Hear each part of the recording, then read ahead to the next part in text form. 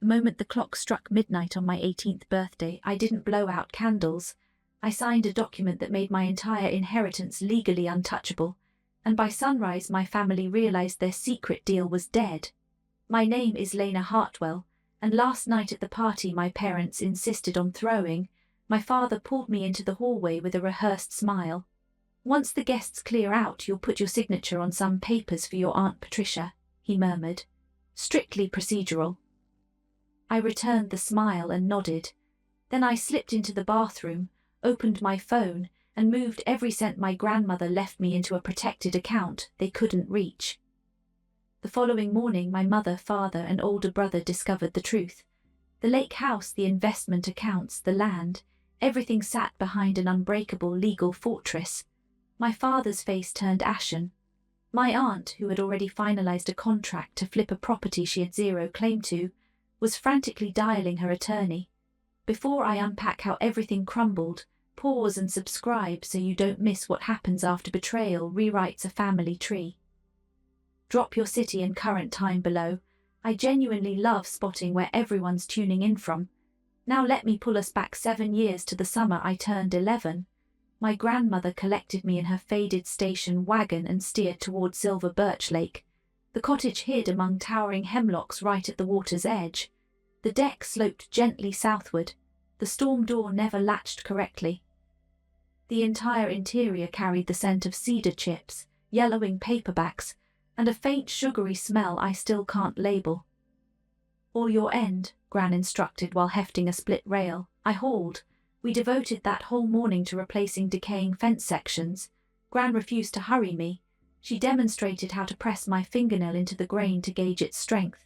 "If the timber yields," she told me, "its time is finished." Inside, Grandad Arthur had stacked sandwiches and chilled lemonade on the counter he'd constructed decades ago. At dusk, we occupied the deck and observed the lake shifting to rose gold. "This cottage remains within the lineage," Gran stated quietly. "But blood alone doesn't define family, Lena. Family means whoever consistently arrives." At age 11, I assumed she was speaking metaphorically. She was. From that point forward, I existed for weekends at Silver Birch. Gran instructed me on patching leaks and inspecting shingles. Grandad taught me to arrange his novels by spine hue because it made the space feel cheerful. They revealed each inch of that cottage as though delivering fragments of a treasured mystery.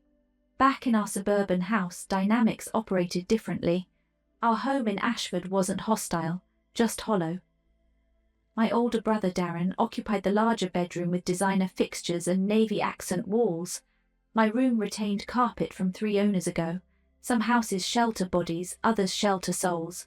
One evening over pot roast, Dad raised the topic of Gran's property. "That old place is hemorrhaging worth," he remarked while slicing his meat. "Liquidating and reinvesting makes more sense." Mom bobbed her head. "Logical move." "Gran said the cottage stays in the family," I countered. Dad chuckled, not cruelly but with thorough dismissal. "You were 11, Lena. Adults say pleasant things to children." Then the discussion pivoted to Darren's wrestling semifinals. Nobody inquired about the art scholarship I had secured that Tuesday. Later, I spotted a glossy brochure on the countertop.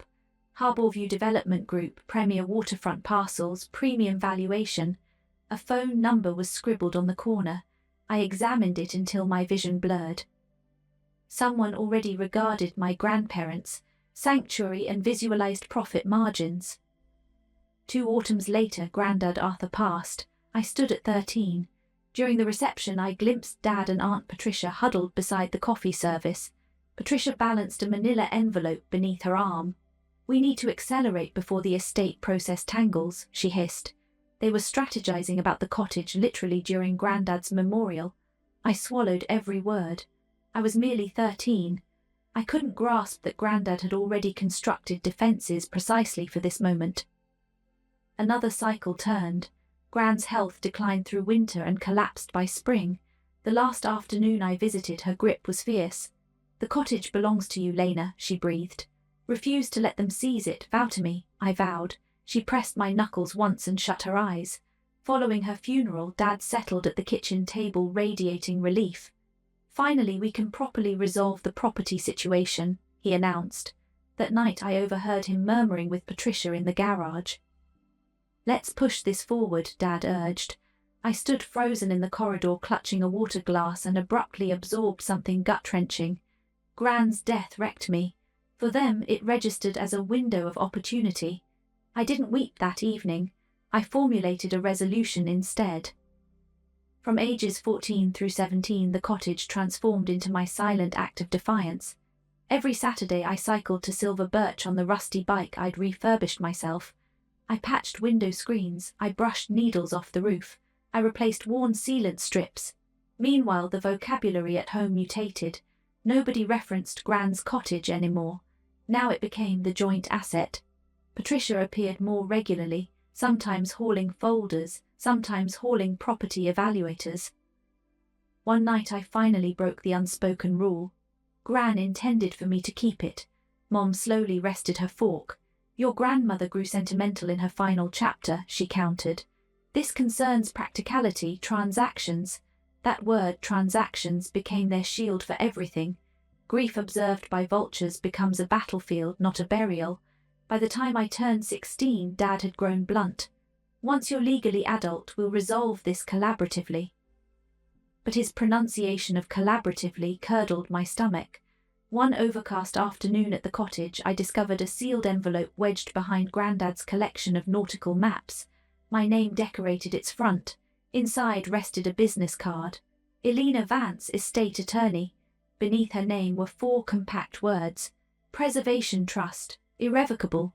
My fingers trembled uncontrollably. Gran had positioned this for me to uncover. 4 months before my 18th birthday, Elena contacted me directly. "We must speak in person before that date arrives," she stated with deliberate calm. That Saturday I visited her office downtown. The space smelled of leather chairs and aged file folders. She spread documents across her desk and met my stare directly. "Your grandparents established an irrevocable preservation trust 7 years ago," she disclosed. "The cottage, monetary accounts and securities were placed within. Approximate total sits at 2.3 million, I gaped mutely. "You are the sole designated beneficiary." The room seemed to tilt sideways. "The property transferred into the trust years ago," she continued. "Your father and aunt possess 0 legal standing. Why was Dad kept uninformed?" Elena removed her reading glasses slowly. "Your grandfather gave me exceedingly clear instructions. He stated his children would list the cottage before burial flowers even drooped." Then she appended something darker. "Someone has been making inquiries about deed records in recent weeks." After that consultation, I sharpened my vigilance. One Sunday, Patricia joined us for supper. Following dessert, she and Dad vanished into the garage. I positioned myself beside the partially open door and absorbed every syllable. "I've signed the preliminary agreement with Harborview," Patricia announced. 520,000. My ribcage constricted. "How do we sanitize the ownership documentation?" Dad questioned. "We submit an expedited succession filing," Patricia answered. "Mom and Dad are deceased. We constitute the lawful inheritors." "What about Lena? She's underage. She can't obstruct anything." Then Patricia released a short laugh. "We'll toss her 60 grand for tuition. She ought to be thanking us." I retreated from that door with blood turned to ice. Patricia had already promised to unload a property she didn't own. That night I texted Elena. "They're speeding up." Her response arrived instantly. I anticipated this escalation. The following Saturday, Elena outlined the entire architecture. "The instant you reach 18, you become the legal successor trustee," she explained. "After you execute the documents, I'll record a formal notification at the county bureau the moment doors open. No one will be capable of transferring that property. And if they attempt it regardless, they'll encounter rejection." I studied the paperwork stacked before me. Should I warn my parents beforehand? Elena set her glasses aside once more. "Your grandfather charged me with shielding you, not with negotiating against you." 11 days before my birthday, Dad gleefully proclaimed he was organizing a grand celebration. "A milestone event," he announced with theatrical warmth. "You only achieve adulthood once." I matched his smile perfectly. But I recognized the reality beneath. My father was choreographing a party. My aunt was choreographing a theft, and I was silently waiting for both of them to stumble directly into a snare my grandparents had engineered years prior. 6 days out, Mom settled beside me on the sofa. Now that adulthood approaches, she began silkily, we should finalize some family financial decisions. Unified. That word, unified, rang hollow. The cottage generates expenses, she pressed.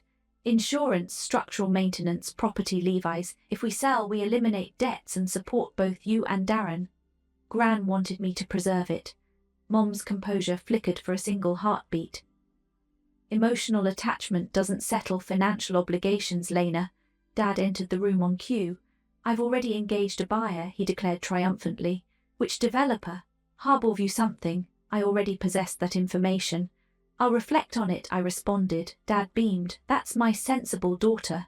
Later that night, Darren crept into my room. Mom and Dad keep discussing the cottage after they assume I'm unconscious, he whispered. They sound almost giddy. Is there something occurring? I smoothed the quilt over his feet. Don't burden yourself about it. But worry remained etched on his face. 2 days before my birthday, Aunt Patricia intercepted me in the driveway. Her grin belonged on a showroom floor. The land component alone appraises at $500,000, she pitched. You approve this, you stroll away with $60,000 unrestricted cash, plus a percentage later. Her smile tightened fractionally. You're youthful, Lena. $60,000 represents serious freedom. Whose name appears on the deed? Your grandparents, but they're deceased now. That isn't how property ownership functions. For one unguarded instant her mask slipped, then she reassembled her features. Don't complicate something simple. The moment her sedan pulled away, she was already phoning someone. I knew precisely who. The evening preceding my birthday, I travelled alone to the cottage. The lake stretched black and soundless. I settled into Grandad's deck chair and accessed Elena's message. Every legal instrument stood prepared. Everything awaited my signature. At midnight I reviewed each page meticulously. Then I closed the screen and absorbed the lake's stillness. Grandad once remarked that patience wasn't passive endurance. It's strategic timing, he'd taught me. I finally comprehended fully. Tears arrived quietly, not from fragility, but from wishing circumstances were different. Wishing my father valued canoe excursions over property assessments. Wishing my mother had genuinely solicited my perspective. Wishing I didn't require legal fortifications against my own household. But wishes don't triumph in legal confrontations. Documents do. I returned home and configured my alarm for 11:50 p.m. At the stroke of midnight, I would reach adulthood. At the stroke of midnight, the ground would permanently shift. 11:50 p.m. The house lay wrapped in stillness. I joined a video conference with Elena. Prepared? She inquired. Prepared. The clock struck 12. I executed the acceptance documents. In that instant, I formally became the legal successor trustee of the Preservation Trust. Elena detailed the subsequent step. At 8 a.m. I'll lodge the formal notice at the county recorder's office. Once recorded, the property cannot be conveyed. I stared at the signed pages in my grasp. This isn't deception, Elena stated gently. This is your grandparents' parting protection. Downstairs, my family slumbered peacefully. They had no awareness that Aunt Patricia's fraudulent documentation was already legally worthless. That identical night, Patricia printed forged certificates in her condo. She phoned Dad around 11:40. Everything prepared, she reported. We initiate filing first thing tomorrow. Dad's voice betrayed nerves. You're confident this functions? Basic air transfer, perfectly straightforward. Except nothing was straightforward. Patricia had already contracted with Harborview Development. If she failed to deliver clear ownership documentation, she would owe them $52,000 in penalties. She had wagered everything on property she'd never properly investigated. By sunrise, reality would crash upon her. My birthday celebration commenced at 4 in the afternoon. The living room swelled with neighbours, parishioners and extended relatives. Balloons bobbed, cake was displayed, metallic streamers draped every surface. I performed graciousness. I unwrapped presents.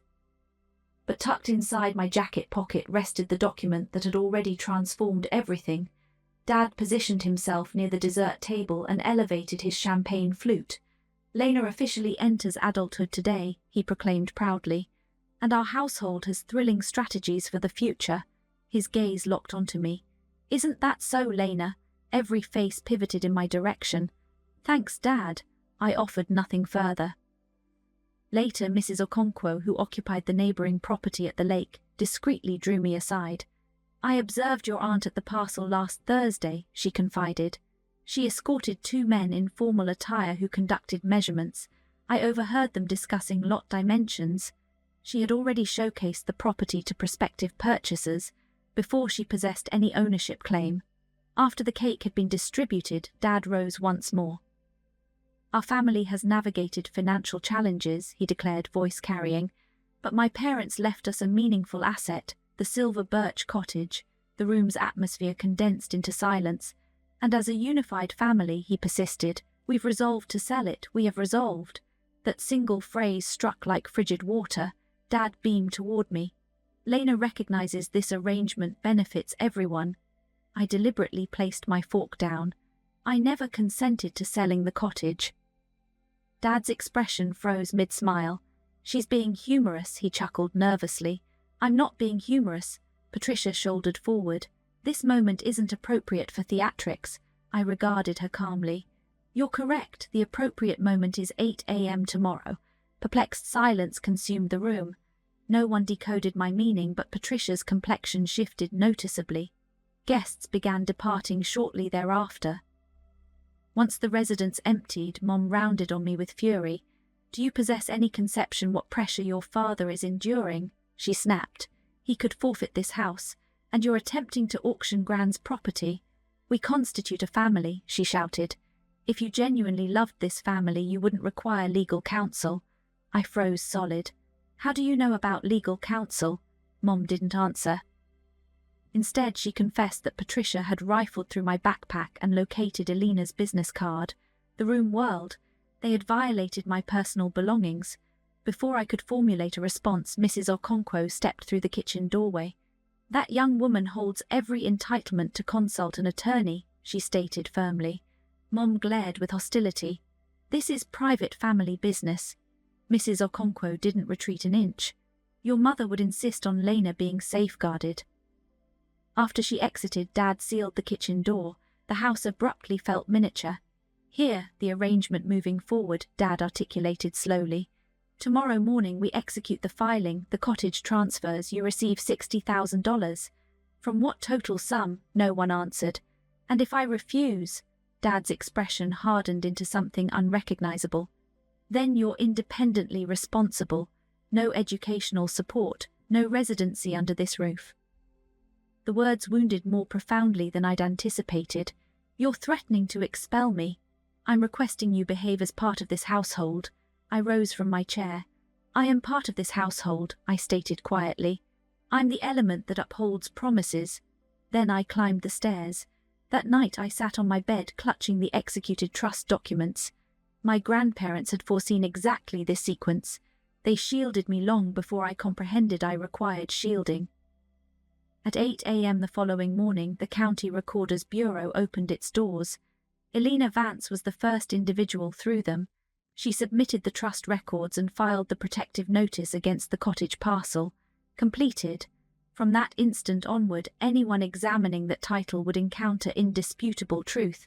The cottage belonged to the Preservation Trust, and I was the successor trustee. At 8:14, Elena contacted me. It's finalized, she confirmed. I sat composedly at the kitchen table consuming oatmeal. Dad and Patricia descended the staircase attired for official proceedings. We'll return by midday, Dad announced, snatching his keys. I glanced upward serenely. Best of luck. At 9:05, Patricia presented her expedited succession document to the county clerk. The clerk entered the parcel identification into her system. Then she halted. I'm unable to record this instrument, she pronounced. Patricia blinked repeatedly. Pardon me. The property is held by the Preservation Trust, irrevocable designation. It has been for 7 years. Dad lurched forward. That's impossible. The title registry is unambiguous, the clerk responded. Then she delivered the decisive blow. Additionally, a protective notice was filed this morning. Patricia's face drained of all colour. Dad rotated slowly toward her. You characterized this as simple. I had no knowledge of any trust. You're a licensed property professional, Dad shouted. How did you fail to investigate? Elena remained seated quietly in the waiting section, observing everything unfold. She uttered not a syllable. She didn't require any. At 9:22, Dad telephoned me. What action did you take? He demanded. I accepted what Gran and Grandad bequeathed to me. You maneuvered behind our backs involving some lawyer. Dad, I responded softly, legal counsel has been engaged for 7 years. You simply never inquired. Dense silence occupied the line. That was my parents' holding, he finally whispered, and they selected me to steward it. Another extended pause. Not because they lacked love for you, I added carefully. Because they lacked trust in you regarding this. Dad terminated the call. Minutes later, Harborview Development's legal representative contacted me. His tone carried controlled frustration. We possess a countersigned contract from Patricia Hartwell. She possesses no ownership of that property, I replied. A pause stretched. Then the attorney inquired quietly, is the cottage available for purchase? No. That afternoon, Elena delivered worse information. The notary validation stamp on your aunt's documentation appears counterfeit, she informed me. My stomach plunged. That constitutes criminal conduct, doesn't it? Yes. My aunt hadn't merely attempted theft. She had committed fraud. Dad arrived home around 2 in the afternoon, appearing utterly depleted. Mom had unmistakably been weeping. Dad settled across from me at the table. The bank is pursuing me for $210,000, he confessed quietly. The business has collapsed. The cottage was intended to rescue us. I'm genuinely sorry about the business, I said honestly, but the cottage was never yours to sacrifice. Mom propelled herself forward. Your grandparents weren't reasoning lucidly during their final period. They established that trust 7 years before they passed, I replied. Dad slammed his palm against the tabletop. I'll challenge the trust legally.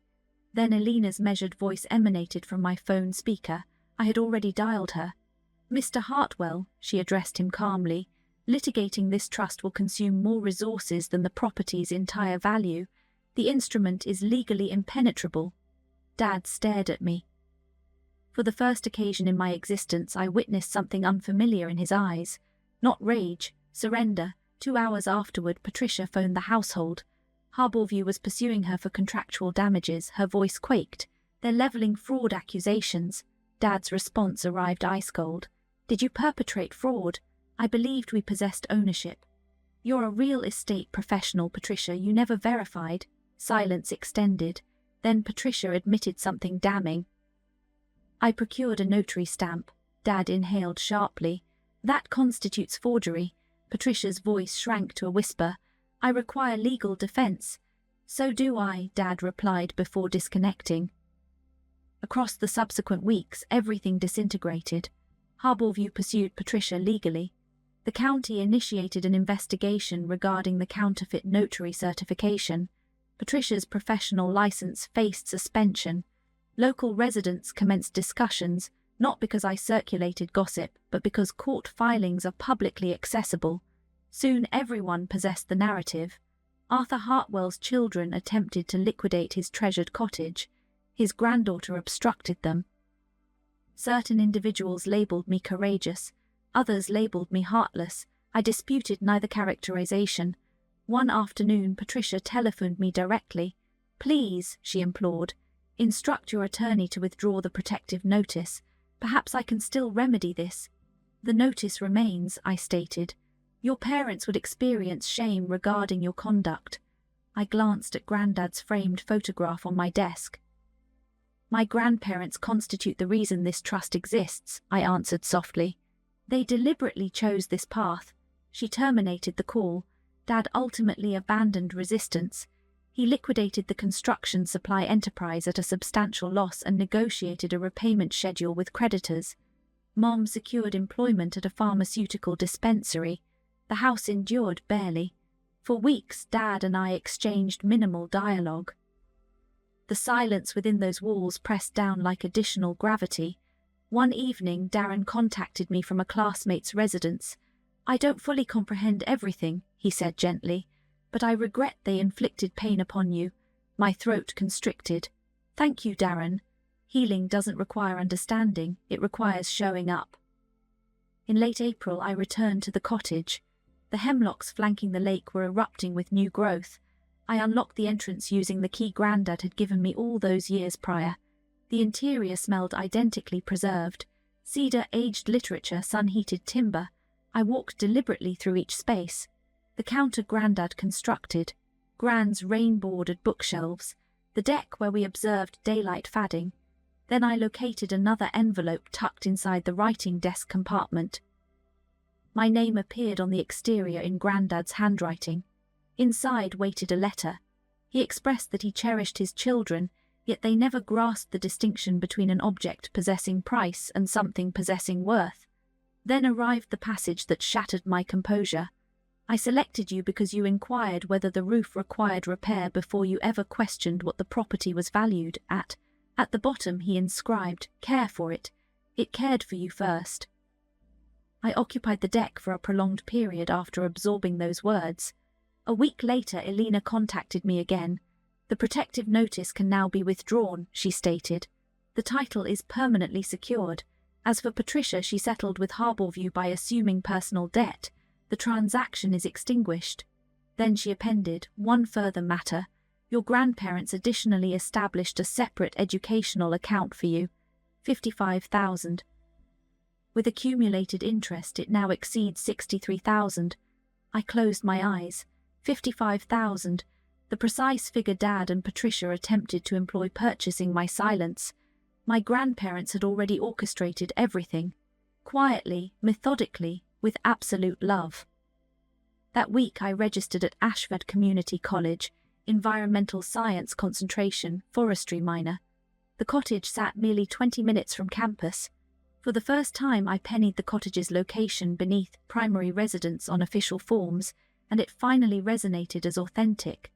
Several days afterward, I requested Mom and Dad to convene at a neutral cafe. Not the house, not the cottage, somewhere balanced. Their expressions radiated anxiety when they arrived. Once we were seated, I initiated the conversation. "I care about both of you," I articulated quietly, "but the cottage is not available for purchase. Not presently, not ever." Mom parted her lips to protest. I halted her with gentleness. "You threatened to expel me. You violated my personal possessions. You attempted coercing me into surrendering something Gran trusted me to safeguard." Dad fixed his gaze into his coffee cup. Eventually he whispered, "I lack knowledge of how to repair this." "You aren't obligated to repair it today," I responded. Then I stood upright. "I'll telephone you Sunday." This wasn't absolution, but it constituted a commencement. One Sunday in May, Darren arrived at the cottage carrying pizza. We settled on the deck observing the lake. "I was oblivious to all of it," he murmured. "I know. Was I complicit in the problem?" I studied my older brother. "He never requested this dysfunction." "You were a kid, Darren, we both were." He gazed outward across the water. "It's stunning here. Gran used to say that every time she occupied this deck." Darren smiled faintly. "May I return occasionally?" "Whenever you wish." We passed that afternoon discussing academics and the sagging dock and the blue herons stationed near the shoreline. For the first time in what felt like decades, genuine tranquility settled. Early one morning in June, I sat solitary on the deck cradling coffee. Mist hovered above silver Birch Lake. The hemlock stood dark against the spreading sunrise. I contemplated everything that had transpired. I didn't achieve victory against my family. There exists no triumph in being wounded by individuals who were obligated to shield you. But I upheld my vow. And for the first time in my life, I occupied a place that authentically belonged to me. Not because I battled harder. Because two individuals cared sufficiently to engineer protection before I ever glimpsed the approaching tempest. My grandparents couldn't prevent my father from growing desperate. They couldn't prevent Patricia from chasing currency, but they could ensure I possessed steadfast ground beneath my stance. I observed the lake transforming to sapphire under morning radiance. Grandad was correct. There exists a distinction between something possessing price and something possessing worth, and my family devoted years fixated on the incorrect one. True inheritance isn't property you receive, it's wisdom that protects you. If you're listening and feeling unprotected, internalize something crucial. Occasionally the people who cherish you prepare silently on your behalf. Occasionally they construct refuge long before storms gather. And occasionally your sole responsibility is keeping the promise they entrusted to you. That's my account. If it stirred something within you, pass it to someone who needs reminding that protection sometimes arrives quietly. And if you haven't subscribed yet, I'd be honored to welcome you to Late Night Drama Stories.